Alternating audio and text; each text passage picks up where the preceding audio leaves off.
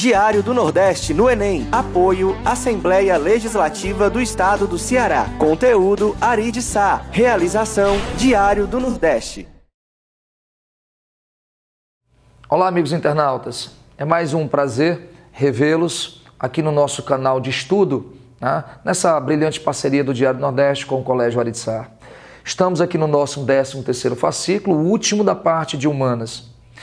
Eu queria lhe convidar para dividir comigo esse momento, né, importante da vida de vocês e, ao mesmo tempo, compartilhar com a gente aqui um pouquinho dessa alegria de estarmos trabalhando esse material tão bem elaborado, tão bem produzido, né, pela essa parceria do Diário do Nordeste com a Ari.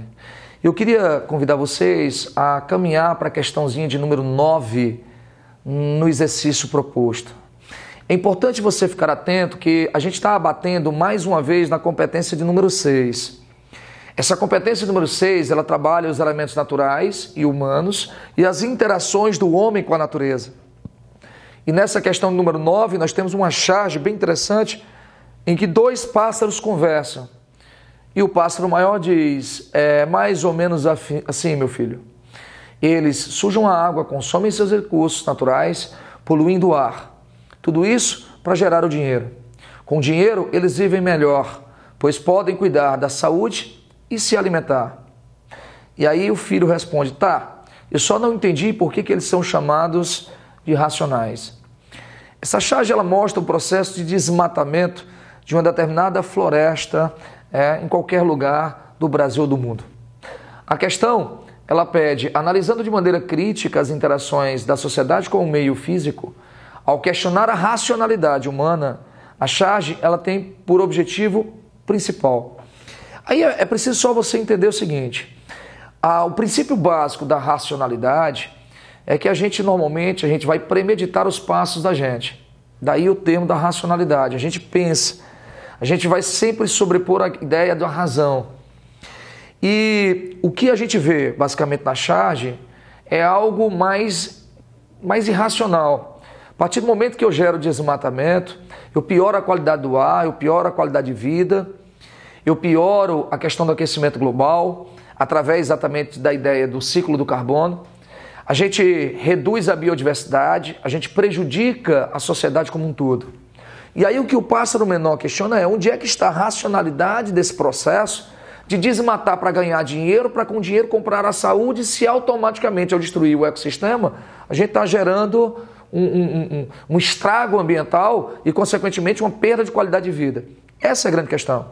É preciso a gente, e aí você vai lembrar comigo, que quando a gente fala de questões ambientais, o século XVIII é fundamental para a gente compreender as interações e as reações do homem com a natureza. O advento da Revolução Industrial vai gerar grandes impactos ambientais. Os efeitos que até então eram locais passam a ser globalizados. A sociedade, principalmente capitalista, a sociedade consumista, ela tende a associar a qualidade de vida com o aumento do poder de consumo.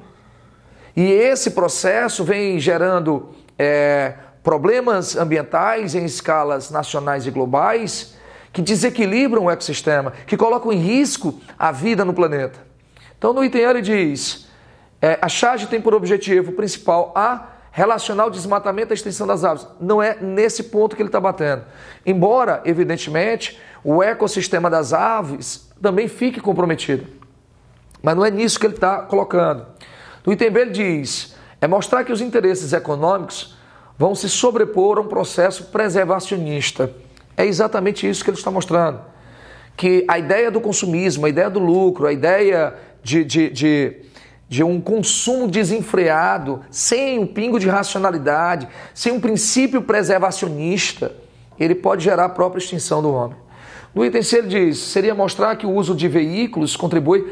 Não, ele não está botando exatamente o foco na poluição atmosférica a partir da queima de combustíveis fósseis. Não é esse o foco da questão, e sim o desmatamento do ecossistema. No item D ele fala, relacionar a expansão agrícola ao processo de degradação.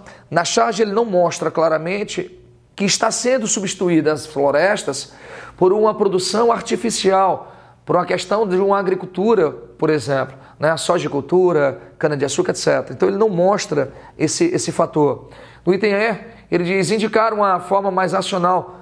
Não há racionalidade no processo de degradação ambiental em nome exatamente da fortuna, em nome, por exemplo, da produção e da reprodução do dinheiro, em forma a satisfazer apenas o consumo da sociedade.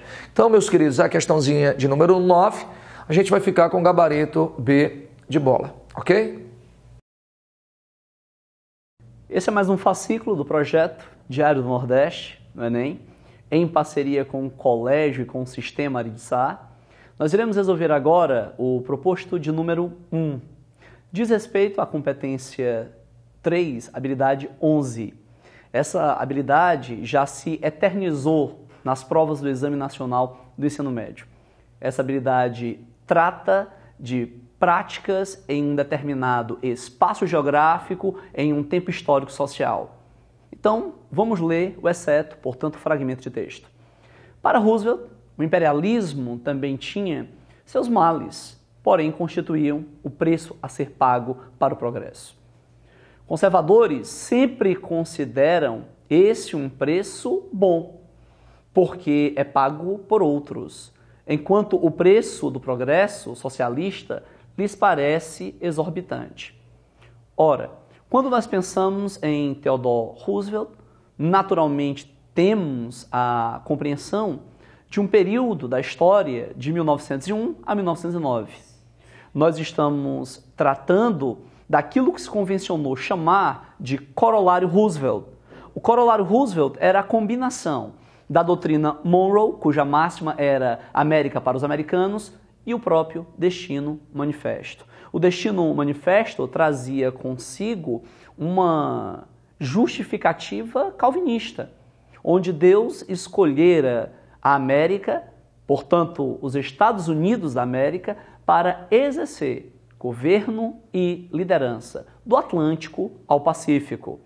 Posso entender que Theodore Roosevelt ele desenvolverá aquilo que se convencionou chamar de o Big Shake, a política do grande porrete.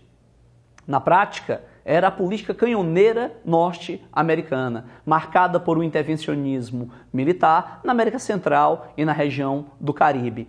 Lembremos ainda que Theodore Roosevelt governa os Estados Unidos de 1901 a 1909, enquanto que Franklin Delano Roosevelt governa os Estados Unidos de 1933 aos idos de 44.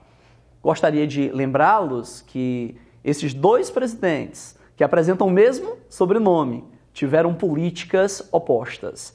Enquanto Theodore pregava uma intervenção intensa, Franklin Delano pregou a política da boa vizinhança. Enquanto Theodore militarizava a região, Franklin Delano desmilitarizou e desenvolveu aquilo que a diplomacia americana convencionou chamar de a política da boa vizinhança.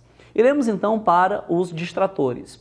Analisando o exceto acima, podemos inferir que, letra A, o expansionismo no século XIX foi uma política unilateral, partia da metrópole europeia, conectando-se ao desenvolvimentismo das colônias. O termo desenvolvimentismo é inapropriado, já que estamos falando de um jogo de exploração, e o outro elemento inapropriado é a unilateralidade, já que entendemos que o neocolonialismo não foi algo exclusivo da realidade europeia. Letra B. O imperialismo norte-americano motivou uma ampla costura de relações diplomáticas, até aí é coerente se dizer, orientadas pela cooperação entre potências internacionais. Na realidade, orientada pela competição e pela concorrência, o que irá exacerbar os nacionalismos. Letra C. O capitalismo americano no século XIX modificou os padrões monopolistas ao estabelecer uma ampla política cooperativa. O erro está entre essas relações de cooperação entre metrópole e colônia. A letra D. O processo de expansão capitalista norte-americana gerou impactos decisivos nas áreas coloniais, acumulando riqueza para a zona metropolitana. Esse, portanto, seria o gabarito, o item correto para essa questão, que melhor se harmoniza com a habilidade interpretativa. A letra E, assim nos diz, o imperialismo estadunidense foi caracterizado por ambiguidades, desenvolvia padrões capitalistas monopolistas e respeitava, o termo respeitava, ele é incoerente para caracterizar a política diplomática norte-americana. Portanto, o gabarito da primeira questão dos propostos, letra D de dedicação. Eu queria agora lhe convidar para você abrir aí, logo na questão seguinte, a questão número 10, também é nossa competência de número 6. Mais uma vez, as relações entre homem e natureza. A questão ela é muito importante por tudo aquilo que a gente está vivenciando o ano de 2016. Né? Um ano que a gente fala sobre a ratificação por parte do Brasil, né, em março, por Dilma Rousseff, da questão da COP21 de Paris. A questão ela diz assim, leia a notícia a seguir. O governo anuncia menor desmatamento da Amazônia desde 1988. Ambientalistas temem que o novo Código Florestal possa aumentar o desmatamento. O governo ele discorda. O governo federal anunciou nesta terça-feira a menor taxa de desmatamento já registrada desde que o governo passou a monitorar a destruição da Amazônia em 1988, através do INPE, né, Instituto Nacional de Pesquisas Espaciais. Os dados apontam uma redução de 27% do ritmo de desmatamento da floresta entre agosto de 2011 e julho desse ano, ou seja, 2012, em comparação aos 12 meses anteriores. Ainda que as discussões sobre o novo Código Florestal mereçam continuar a receber atenções, a notícia apresentada no recorte da reportagem da BBC é no mínimo algo a se alegrar, visto que a gradual redução da floresta amazônica, né, é uma preocupação constante em diversos pontos de vista, entre os quais a gente poderia destacar. Bom, em primeiro lugar, vamos separar esse recorte de questões em 3 pontos fundamentais para a gente discutir. O primeiro ponto é, certo? Como é que é o ritmo de degradação na Amazônia e por que nos últimos 50 anos eles aumentaram significativamente? Primeiro é preciso que o nosso internauta lembre que a região amazônica é uma região de vazios demográficos. Essa região só começa o seu processo de ocupação efetiva a partir dos anos 60, né?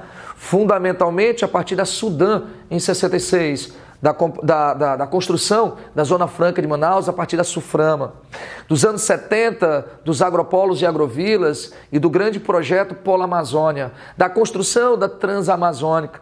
É aí que a gente tem a primeira fase importante desse processo efetivo e moderno de ocupação na Amazônia. Para que o nosso internauta tenha uma noção, em 1975, de mais de 5 milhões de quilômetros quadrados de área de floresta, a Amazônia tinha apenas 1% de área desmatada. De 1975 para cá, ou seja, há 41 anos, nós degradamos da floresta amazônica o equivalente a 16%. Degradar 16% de um ecossistema como a Amazônia é degradar 1 milhão de quilômetros quadrados, quase em 41 anos. Se o nosso internauta perceber que a nossa Mata Atlântica ela tem apenas 1,2 milhão de quilômetros quadrados de área, onde o desmatamento chega a 97,5% hoje de áreas, ou 93%, nosso internauta vai perceber que nós levamos mais de 500 anos para degradar uma Mata Atlântica de 1,2 milhão quilômetros quadrados, e levamos apenas 41 anos para a degradação da Amazônia. Ou seja, o que chama atenção na Amazônia é o ritmo de degradação. Ritmo esse, e aí vem o segundo recorte, que a charge mostra que nós diminuímos. Mas o texto, ele fala sobre o novo Código Florestal do Brasil. Esse código já foi sancionado, meu amigo, é isso mesmo. Em setembro de 2013, o próprio governo da Dilma Rousseff sancionará esse código. Esse código, ele prevê áreas de reflorestamento de rios de até 15 metros em cada margem. Mantém áreas de preservação permanente de encostas e morros com mais de 45 graus de inclinação. Mantém falésias, mangues, como áreas, né, de preservação ambiental, áreas de preservação permanente regidas por um princípio de intocabilidade. E o terceiro ponto que eu queria destacar é quais são os efeitos que nós temos quando se gera a degradação do ecossistema como esse da floresta amazônica. Quais são atualmente os fatores mais importantes da degradação desse ecossistema? Primeiro eu citaria para você a questão sobre extrativismo vegetal, a retirada de lenha, né, que é muito forte na Amazônia. Segundo, a produção da soja e a criação de gado. Então, numa ordem sequencial e racional, seria extração de madeira, criação de gado, portanto áreas de pastagem, e posteriormente a evolução da sojicultura no Brasil, que já chega essa região da Amazônia gerando um arco do desmatamento sul amazônico. Então, lenha, gado, soja, arco do desmatamento sul amazônico. Ok? Construção de Belo Monte hoje, outro problema. a contaminação do aquífero ao terra do chão, bem como rios, exploração mineral, no caso do aquífero ainda os lixões. Mas eu gostaria de ler com vocês os itens. No item A, ele diz assim, um dos impactos ambientais seria porque a participação da floresta na produção mundial de oxigênio é o motivo pelo qual a Amazônia merece o apelido de pulmão do mundo. Quero só lembrar aos senhores que isso é coisa ultrapassada. Sabemos hoje que são as algas azuis as principais produtoras de oxigênio. Basta a gente lembrar que se a Amazônia é a grande responsável pela produção de oxigênio, a gente lembra que a produção de oxigênio só se dá a partir da fotossíntese. Portanto, durante o período do dia em que nós temos a fótos, ou seja, a luz solar, na síntese, ou seja, na produção dos alimentos, onde ela vai consumir o dióxido de carbono liberando o oxigênio. Só que durante a noite, as plantas elas realizam um processo inverso. Então, se fossem apenas esses ecossistemas responsáveis pela produção do oxigênio, durante a noite todos nós estaríamos morrendo.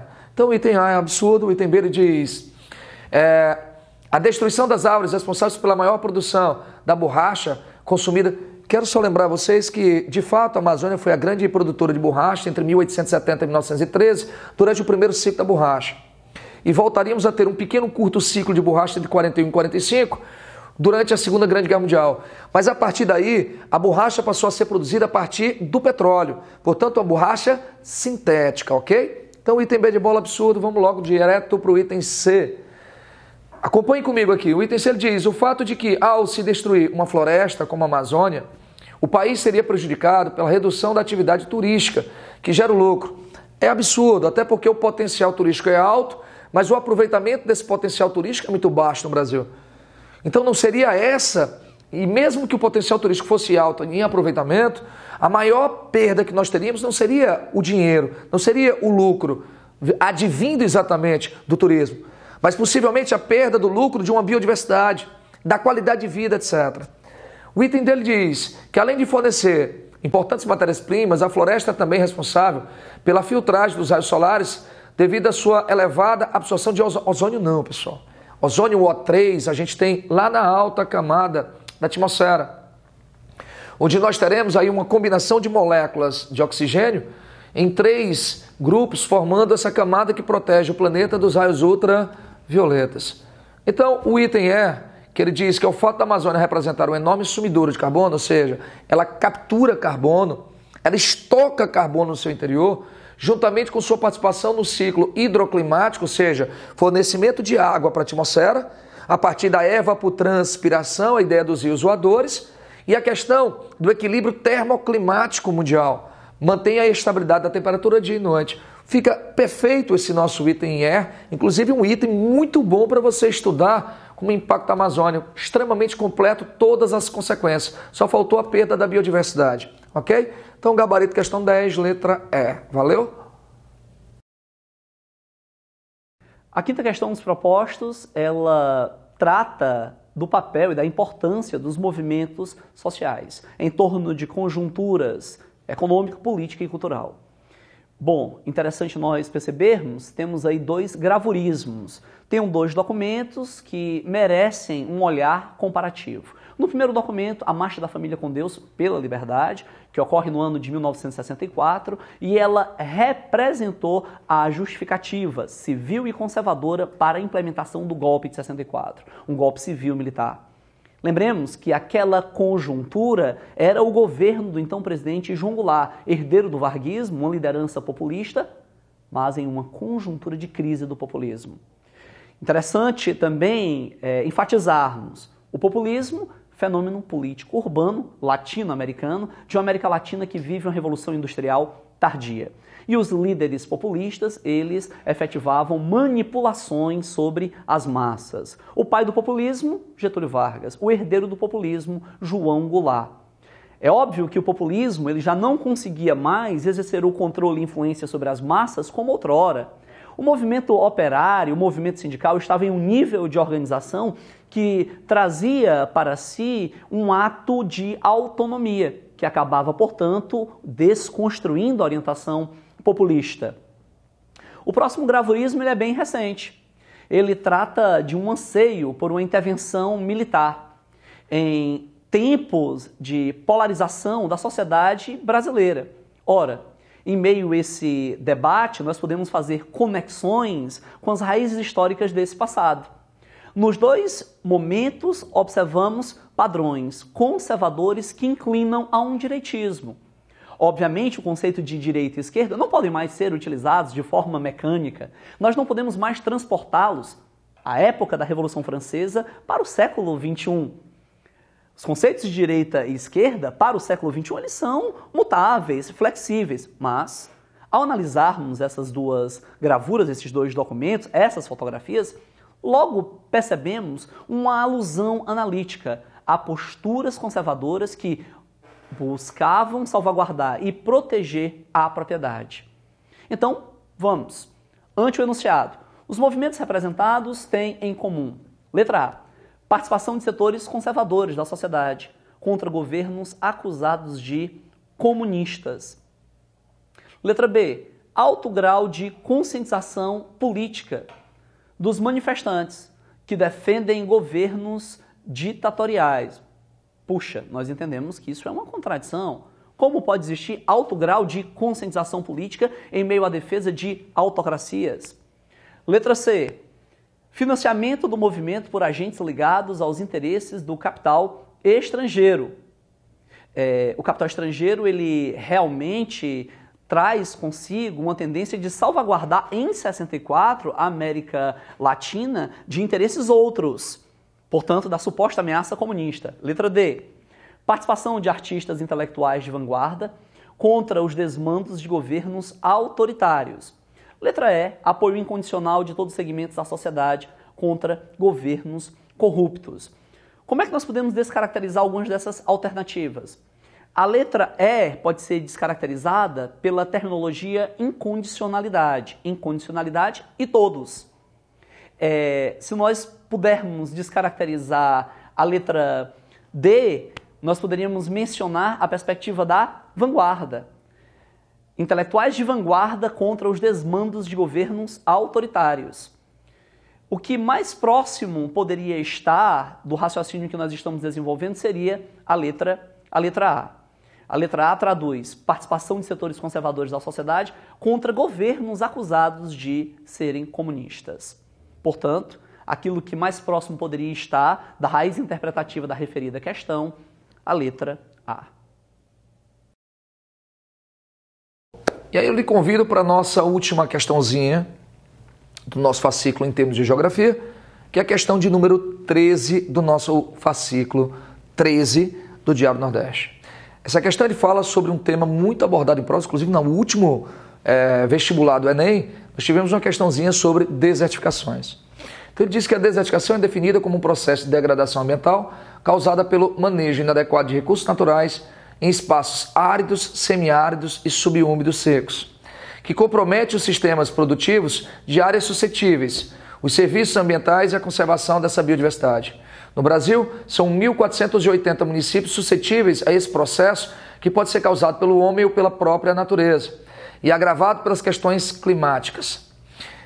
Só um detalhe, quando a gente fala em desertificação, normalmente a gente implica na ação do homem sobre o processo de formação de regiões áridas, semiáridas, subúmidas, mas a partir da perda da produtividade de solos. Então, desertificação, acima de tudo, é um processo humano, antrópico, certo? Quando o elemento é mais natural do que humano, a gente costuma usar o termo de desertização. Desertização, processo mais vinculado a elementos naturais. E a desertificação, um processo antropogênico. Então ele diz aí, atinge particularmente os estados do Nordeste, além de Minas Gerais, Minas Gerais e Espírito Santo. Minas Gerais, o norte, ele faz parte do processo semiárido, onde está inserido no polígono das secas. Os estudos realizados no MMA, em parceria com os governos dos 11 estados, demonstram que as áreas suscetíveis à desertificação representam 16% do território brasileiro e 27% do total de municípios, envolvendo uma população de praticamente 32 milhões de pessoas, onde se concentra 85% da pobreza no Brasil. Então, baixo índice de IPH, índice de pobreza humana. Logo, representa, aliás, alto índice de IPH, desculpa. Logo, representa um contexto que demanda políticas públicas específicas importantes para o combate a essa pobreza e a melhoria de condições de vida de parte significativa da população brasileira. Então, o texto tirado do Ministério do Meio Ambiente, ele versa sobre a região de semiárido e a desertificação dessa área, que vai gerar a pobreza do solo, que reduz a produtividade de áreas e, consequentemente, atinge a qualidade de vida e a questão social humana. Então, na questão diz, um fator que tem contribuído para o agravamento do problema da desertificação no sertão nordestino seria a expansão da sojicultura com a utilização de máquinas e equipamentos modernos.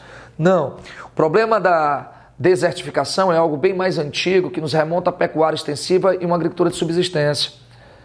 Então a sojicultura ela vem chegando sim ao Nordeste através do eixão do Mapitoba, que é uma fronteira agrícola recente, no Maranhão, Piauí, Tocantins e Bahia, mas que não necessariamente está no sertão, no sul do Maranhão, sul do Piauí, oeste de Pernambuco, oeste da Bahia e principalmente o estado de Tocantins, Pernambuco muito pouco. No item B, ele fala sobre o extrativismo vegetal. O extrativismo vegetal existe sim, retirada da lenha, já que o ambiente é xerófilo, a lenha já é seca, que serve para produção de carvão, né? Carvão vegetal para cozinha. Mas ele diz que se destaca o látex. Látex é na Amazônia, látex vem de seringueiro. Então o item B de bola é falso. C, a prática da agricultura itinerante. Itinerante quer dizer uma agricultura arcaica, uma agricultura de baixo rendimento, baixa produtividade, baixas técnicas.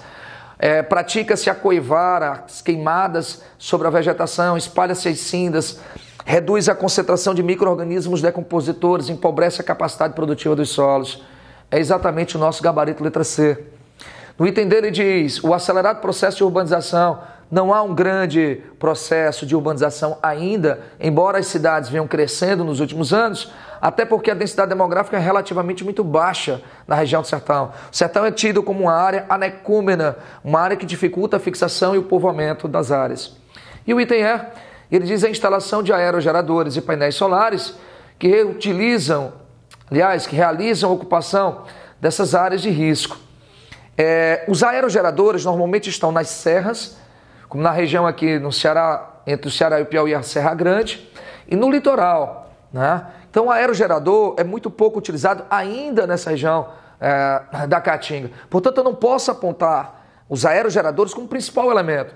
Quanto aos painéis solares, o Ceará tem em Itauá o maior painel solar da região, onde a gente vai ocupar uma grande área realmente da Caatinga para a produção de grandes espelhos que vão captar a energia solar para a gente. Mas isso não é efetivamente o principal motivo da desertificação, certo? É um fator que vem e que pode gerar impactos? Até pode, né? Mas não é o grande fator. Então o item E, a instalação de aerogeradores não faz parte do processo de degradação e os painéis contribuem muito pouco, de forma até incipiente nesse processo. Questãozinha 13, gabarito, letra C. Foi um grande prazer contar com vocês nesses fascículos do Diário Nordeste, esse belo projeto desenvolvido em parceria entre o Diário Nordeste e o Colégio Ari de Sá. Quero dizer para vocês o quanto honrado eu fiquei de estar participando com vocês, resolvendo essas questões, discutindo assuntos relevantes. Entenda a importância desse material e desse importante instrumento que você tem em mãos. Instrumento esse para mudar a sua vida, para conseguir realizar os seus objetivos, seus sonhos. Se agarre a ele como se estivesse agarrando o seu futuro. Então, parabéns para você que acompanhou a gente. É isso mesmo. É com muito sacrifício que a gente consegue atingir os objetivos. Então, quero parabenizar você que conseguiu concluir com grande êxito esse nosso projeto Diário Nordeste. Um abraço e até um próximo encontro. Diário do Nordeste no Enem. Apoio Assembleia Legislativa do Estado do Ceará. Conteúdo Ari de Sá. Realização Diário do Nordeste.